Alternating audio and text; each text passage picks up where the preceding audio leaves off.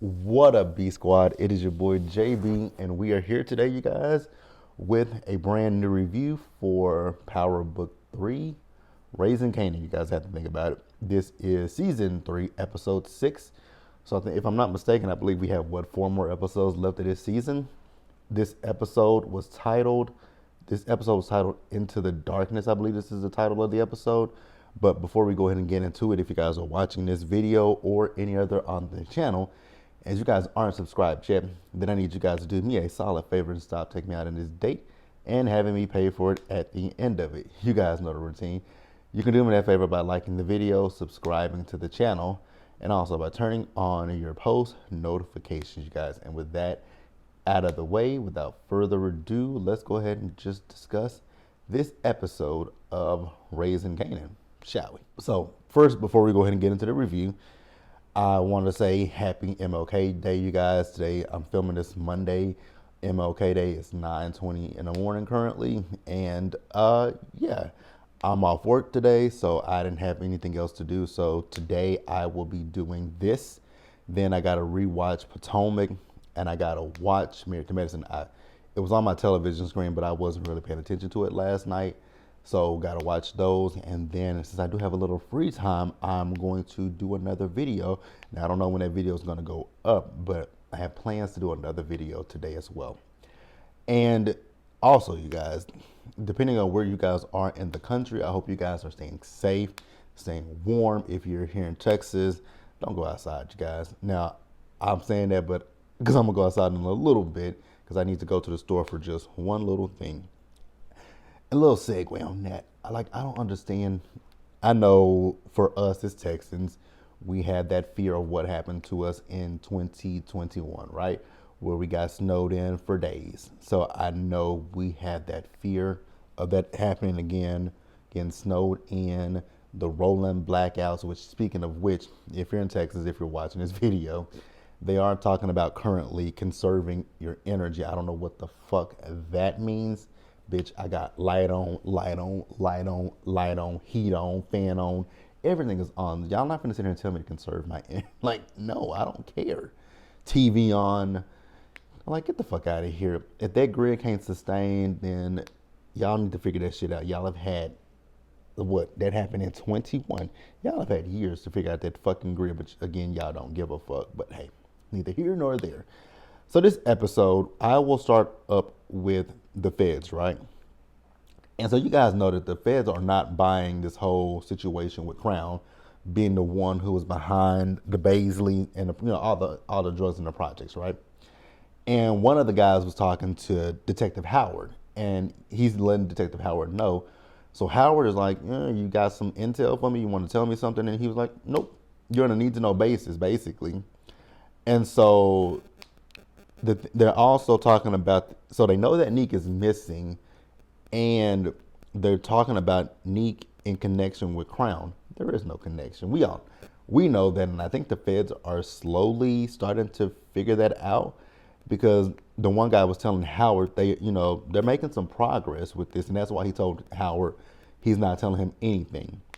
So then we see Howard. So Howard went to the captain, and Howard is telling the captain, so somebody is getting ready to retire in narcotics, and Howard is asking for that person's position. And so the captain's like, that comes with a lot more work, a lot more stress, a lot more, all this kind of stuff. Hell, that's part of the reason why the task force is here, right? And so Howard was like, well, if you give me the position, the task force, I can get them to leave. And I was like, how can you do that, Howard? How can you make the task force leave? Inquiring minds would love to know. So after that, we later see as the Fed is asking Howard another question.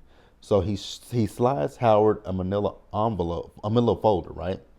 And on the folder, it has a picture. So he's asking him if he knows the person, right? Howard says, yeah, he's been to jail for, stuff. He's been to jail for some things, right? I forgot what he said. So basically, we finally see the picture. It's Marvin. I was like, fuck, not Marvin. Like, I've really grown to like Marvin this season. And they are connecting him to the Baselli's, untimely demises. I was like, fuck. I knew when especially when Marvin did that shooting at the church, I knew that wasn't going to be the best thing for him because his face was not covered. And I was just like, damn it, Marvin. Damn it, damn it, damn it. But let's pause here and move forward, you guys. Next up, you guys, we see Jukebox. So Jukebox is with her group. So it's her, Aisha, and what's that other little girl's name? Crystal. So they are all performing a song, and I think they were performing for some big name executives, right? And I agree with Marvin. The girls did damn good, and they would be stupid not to sign them. But then you got Pebbles, old raggedy ass over there, and I'm just like, ooh, this lady, she is annoying as hell, right? So Marvin feels that Jukebox should be the lead of the group, and I was like, I thought Crystal was supposed to be the lead of the group. And then I went and thought about it. I'm like, no, Crystal's not supposed to be the lead of the group. What it is they had their specific roles. Like Jukebox would be considered, and that's like really interesting because when you go back and think about it, because girl groups of the 90s, especially, they're mimicking TLC. But Left Eye didn't sing. Left Eye was a rapper. So I get where they're trying to go. But I thought that Crystal was supposed to be the lead of the group. But no, there's no lead of the group. And so we see Aisha, and Aisha was telling, Aisha was telling, what's her name? Jukebox, that she agrees with Marvin that she should be the leader of the group. And I was like, ooh, okay. And here's the thing with Aisha. I think she's a sweet girl, but I'm looking at Aisha, and I don't know if Aisha is like clueless and oblivious to what's going on. Because one minute I look at Aisha, and I do think that Aisha likes Jukebox, but then another minute I look at Aisha, and I think she likes Kanan. But I don't think she likes Kanan. I will say that I think what it is, I think that's a part of her personality is, a little flirtatious and not really know that she's flirting. I think that's what it is, because I do think that she's interested in Jukebox and not Kanan. So Crystal and Jukebox were about to get into it because she was talking shit about her daddy. And she's like, wait a minute, that bitch, don't talk about my daddy. And so Knockoff Pebbles came up and basically was like, you know what, the one thing that he was right about is there is no leader of the group. You think you should be the lead. You don't think you're good enough to be the lead. And with you, Jukebox, hell, I don't know what you think. I was just like, ooh, you rude ass bitch. Like, somebody just pop you in your fucking mouth. So at this point, she wants them to fight it out to be whoever is going to be the lead of the group. And I was like, okay. Okie doke. I mean, I guess if that's what you want to do and say. But, yeah. I just do not like that character. Don't see it for her. Now, later in the episode, we see as Marvin is at home with Jukebox, who's getting ready to go to school. And Marvin apologized to Juke and said, he apologized for his outburst with her. And she was like, and I apologize to you as well. And so she told him, like, you might be right. There might be a chance for me to be the lead of the group. With whack-ass Pebbles, cheap-ass Pebbles, knockoff Pebbles, and I don't trust her as far as I can throw her. I truly don't trust that woman as far as I can throw her. Now, we see, I'm getting ahead of myself, and I'll come back and I'll explain it a little bit later. So later in the episode, we see here's what I was talking about. When we see Aisha, so they're going to a party. It's Aisha, Kanan, and Jukebox. They're going to a party. And I don't know if Aisha realizes, but she's sending mixed signals to Kanan and to Jukebox. So they went to the party, and, Jukebox asked, is Fame coming in? And Kanan was like, I ain't fucking with Fame. I'll tell you guys about that in a little bit too, right? And she's like, what happened between you and Fame? He's not wanting to say. So we get to this party, and we see Pop is there as well as Snaps. And they're there because of the Black Michael Myers. I was like, oh, God, this man is just creepy as hell. So the Black Michael Myers has told Pop and Snaps about Kanan, and I was like, y'all do know that this little boy is selling weed and not the hard drugs, right? Y'all do know that, but okay. And y'all do know that he's using. Okay, if y'all know this, then it is what it is. So at one point, Juke started, the Black Michael Myers came over to Kanan and asking him to come over and talk to some people. And Jukebox was like, we ain't talking to thucksters. He like, they ain't thucksters. She was like, I know him, I know him, I know him, and I know him. They all thucksters. We out. And so Kanan didn't want to leave, and Jukebox was like, we're leaving. And he was like, nah, I'm not leaving. So he's staying, and he talked to Pop and Snaps. And basically what they want to do is, since they know that he already has a pretty much well-oiled machine as far as business, they want to come in on his existing business and I guess incorporate more product to his business. I was like, oh, okay. I mean, I guess. Very interesting to me, but okay.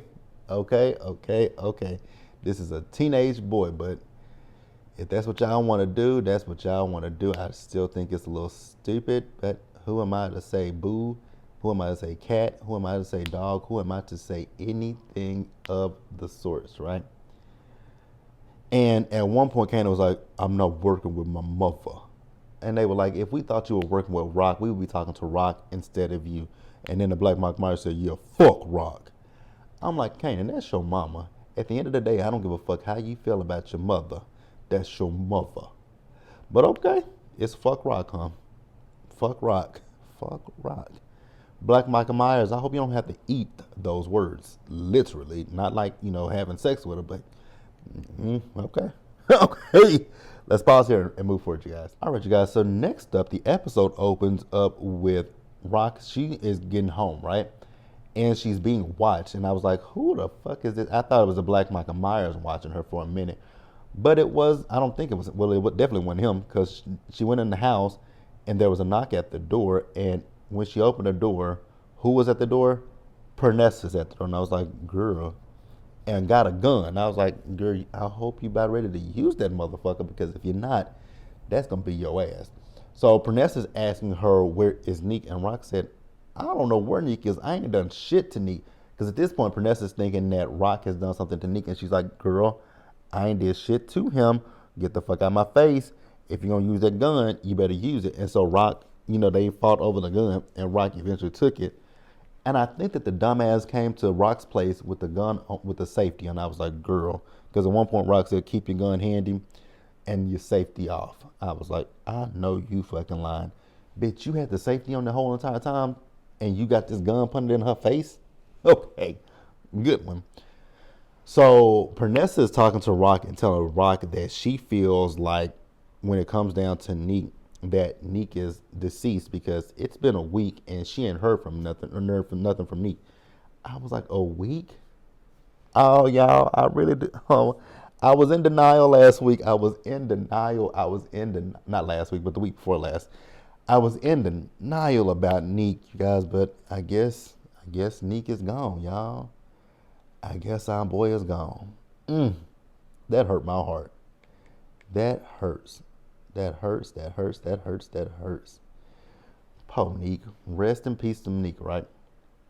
So later in the episode, which I realized I left it out. So we saw Rock. Rock met up with Detective Howard, and she wanted to get some information from him. The police do know about Neek being missing, and Howard does think that Neek is dead, especially the way that tailor shop looked. They found that pipe with brain matter and, brain, fragments from the skull and all that kind of stuff. So they do believe that Neek is, deceased. Howard was thinking that it was Rock, and Rock was like, nah, it wasn't me. Going back to Rock and Pernessa, she is questioning. She's like, do you think it could have been, what is Ronnie saying? Oh, damn, the trash man just went by but I have to take the trash out myself. So Pernessa, she was like, do you think it could have been Ronnie? And Pernessa was like, no, Ronnie couldn't have done it. I'm like, girl, you don't think so? Because she asked her, what is Ronnie saying? She said, Ronnie ain't saying shit. I was like, exactly. Like, that's clue number one. But Okay, Pernessa. So Pernessa went back home, and the Black Michael Myers was there taking all of Nick's chains and shit. I was like, now, girlfriend, girlfriend, girlfriend, girlfriend, girlfriend, girlfriend. That ain't kind of cluing you to something might be off here. The fact that he is in Neek's room and taking his shit, and then the fact that he said Neek ain't coming back. Girl, run, or shoot, or stab, or punch, or kick, or do something, bitch. Do something. But no, he pushed her on the floor and she just sat there. I was like, girl, you a dumb bitch.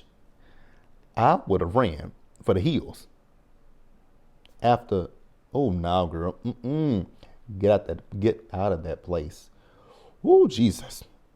So we see as the Black Michael Myers went over to Juliana's crib, right? So he took her, he told her, Neek gone. I was like, oh God, this man is so weird and so fucking creepy.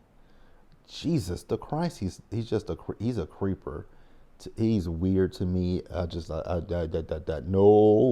no, no, no, no, no, no to the no, to the no, to the no, no, no, no, no, no, hell no, sir, no.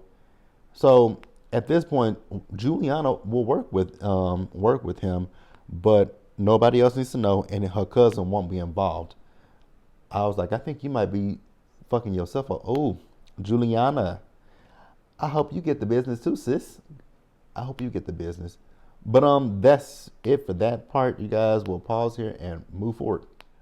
All right, you guys. So next up, we see Fame. So Fame is in the booth. And he's at the studio with Lou, and he's in the booth rapping. And when I heard him rapping, I was like, wait a minute, wait a minute, wait a minute. I was like, Fame, you're stupid. I just had to come up with that conclusion. Well, I've been knew Fame was stupid, but I was like, wait a minute, Fame. Wait a minute, Fame. Wait a minute, Fame. Wait a minute. Wait a minute. Are you rapping about, putting them slugs in that boy? And he was like, yep, I am. I was like, oh, that's not smart at all, sir. What? Like, the feds literally roped you up and asked you questions about this. I'm hoping and praying that Lou don't release this record, try to put this record out as a single or nothing. Don't do nothing with this record. Just let it be therapeutic for him, and so he can be at peace or whatever. But I was like, this just don't look right. It don't sound right. I was like, the one thing that I agree with Kanan about is stop telling people, don't tell nobody else this shit. And here this dumb fool is rapping about it. I was like, oh, okay. Like, are you serious? So Fame left the studio and he went home, and Kanan was there on the phone going off on somebody. You remember not last week, the week before, I was saying that I think we're starting to see the progression of the Kanan that we got in the original Power. Side note, you guys. So I have a friend, my friend that I work with. She and I, we talked about Power, right? And she made me see something from a different perspective, as far as the young man who portrays Kanan and the way he talks, like he's doing 50 Cent's voice. She made me think about something, right? The way that 50 talks on Power is because I don't know why 50 talks the way he talks. I don't remember why he talks like that, but because he ain't always talked like that is a problem. 50 ain't always talk like that. But the thing that me and her talked about is he's imitating 50 because of the way 50 talked in Power. We don't know if that's how, we don't know anything about Kanan previously, so Kanan could have always talked like that, right? So I thought about that. I was like, this is about Kanan, and unfortunately, Kanan did talk like that in the original Power. Even in the narration, he talks like that. So I think that's probably what it is, but I still do want it to stop. I really, truly want it to stop. I just, even seeing the different perspective, it's still annoying to me, and I still hate it, and I still want it to end. But neither here nor there. But yeah, you guys, that's the perspective that we had. That's a different perspective. No, Kanan, I was like, wait a fucking minute. I know you lying. So when Kanan got off the phone, Fame told Kanan, yo, K, I know how that gun got in your bag. And he was like, wait a minute, how do you know how that gun got in my bag? He was like, it was your mom's. And he was like, wait a minute, my mom's? So that means, wait a minute, that means my mom's came here and my mom's must have paid you. Absolutely. So Kanan told Fame to get his shit and get the fuck out. And he, Fame was like, your mom is scary. He said, I'm scary too. And he was like, when I get back, you better not be here. I was like, wait a minute. This is his apartment. This is his apartment. You are kicking this nigga out of his apartment. Fame, go home with your mama. Go home with your mama and let Kanan stay in this apartment. Like, what the fuck? His apartment. You kicking this nigga out of his own shit. Baby, me and Kanan would have to fight. That would have been the moment I would have whooped Kanan's ass. Because, nigga, you ain't finna kick me out of my own shit. The fuck? So, we see Kanan and Rock, they're arguing with each other, right? Now that he knows that it was her who put the gun in the bag. And, this social worker, she came up to the door. I forget what her name is, Ms. Walsh. So Ms. Walsh came over and she heard them arguing. So she went inside and she was like, is there a spot where Kanan and I can have a conversation, one-on-one? And Rock was like, oh, I thought that, it would be all three of us. She's like, nope, just us two. So they went off to the side and had a conversation. And then Ms. Walsh came back and she was like, after speaking with Kanan, she feels good about this. And she told, he told her how Rock is overprotective and overbearing. And she was like, in instances like this, it's always good to have an overprotective, overbearing parent. I was like, to an extent, right? It is a good thing that it does show that your parents do love you, but kids still can do it. I mean, you can have the most overbearing, overprotective parent, and you can still.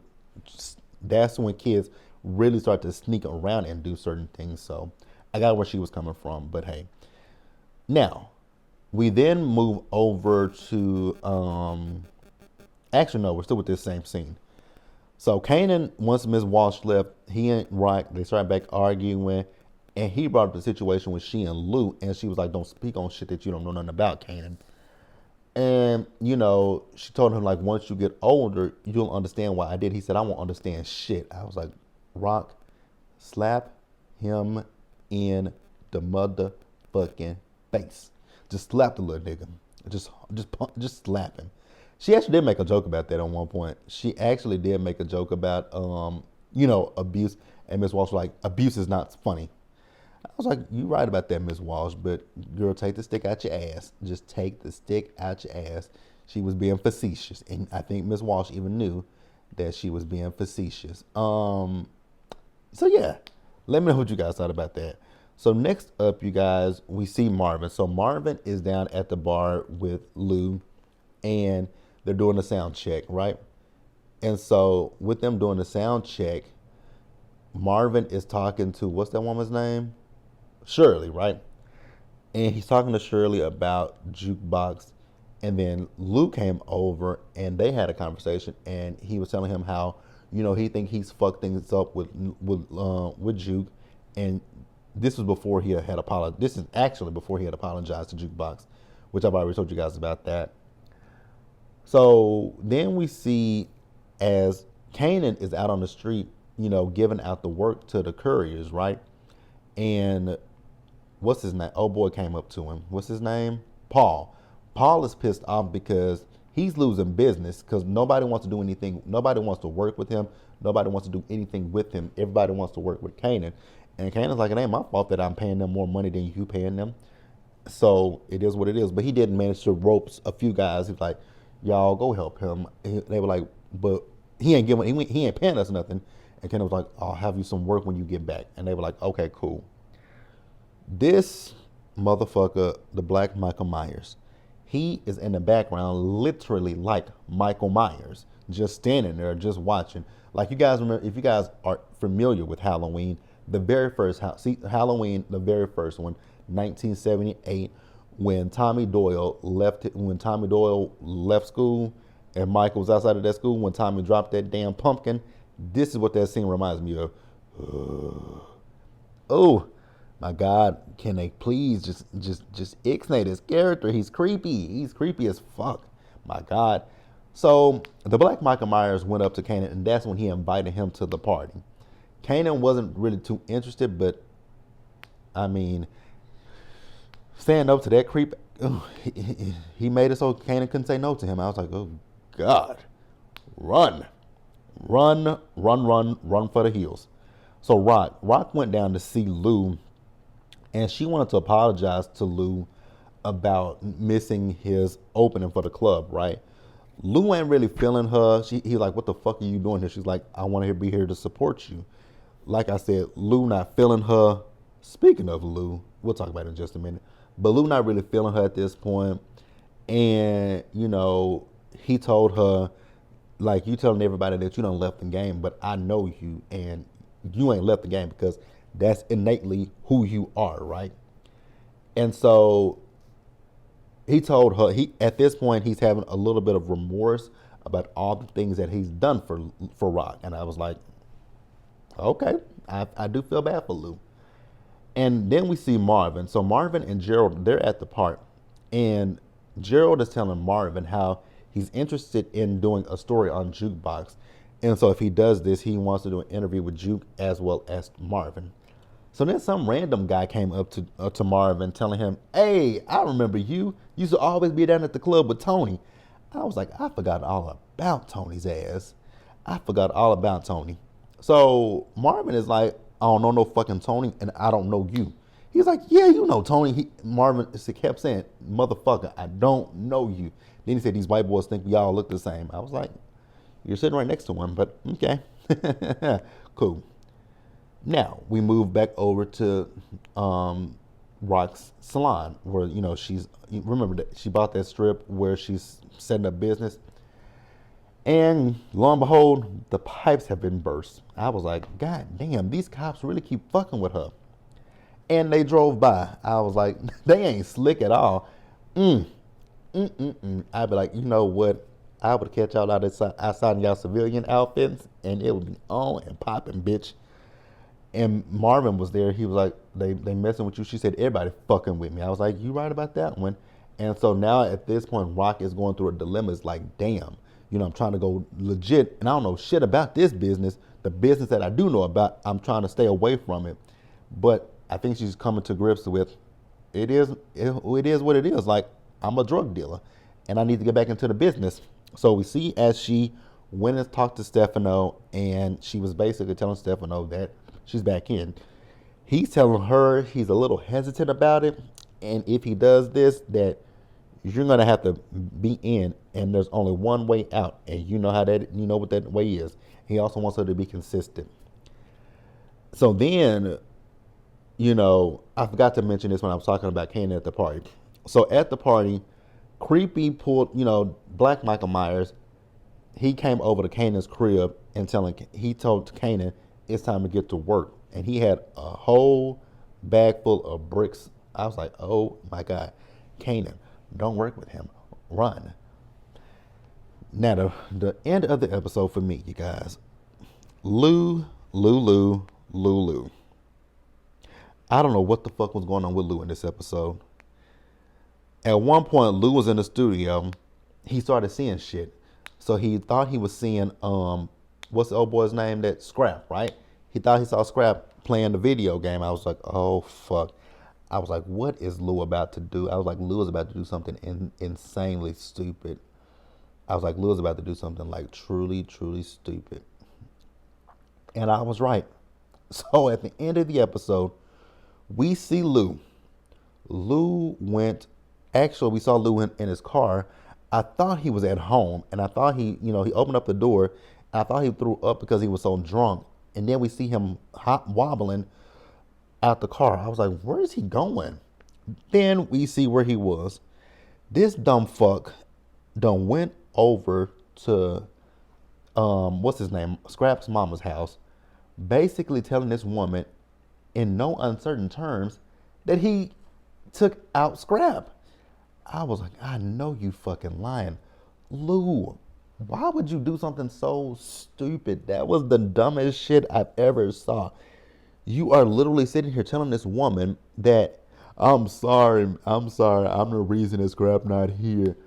I was like, Lou, if I could reach through this television screen and slap the fuck out of you, I would slap the fuck out of you because that is the dumbest shit you could have done. That is the dumbest thing you could have done.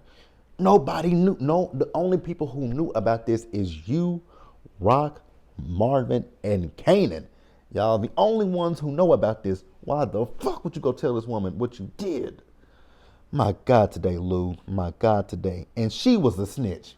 His mama was a damn snitch. My God, today. And then looking at the preview for next week's episode, this bitch gonna go to the cops and tell the cops. Like, oh my God. Thank God it was Howard. Like, what the fuck, Lou? What the fuck? What the fuck? What the fuck?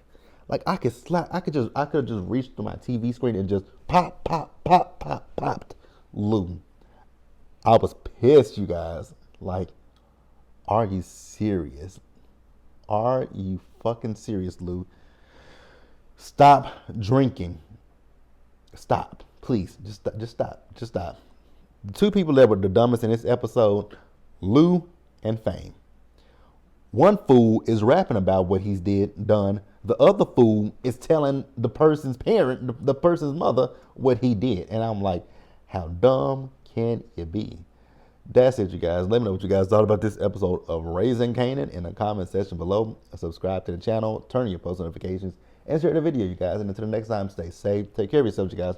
Wash your hands, be blessed, and I'll see you guys in the next one. Bye, guys.